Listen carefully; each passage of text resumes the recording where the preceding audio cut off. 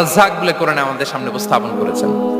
রাজ্জাকের তিনটা বৈশিষ্ট্য আছে, যেই সত্তার মধ্যে তিনটা বৈশিষ্ট্য খুঁজে পাওয়া যায় তিনি হচ্ছেন আর রাজ্জাক, the provider, the sustainer.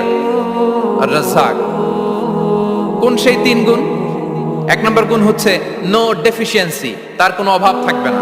Who continuously provide sustenance to his creatures, যে লাগাতার নিয়মিত প্রতিনিয়ত তার সৃষ্টিকে রিজিক দেন এবং গোটা বিশ্বকে রিজিক সরবরাহ করতে যে তার ধনভাণ্ডারের 1 ইঞ্চিও কমে না। সুবহানাল্লাহ বিহামদি।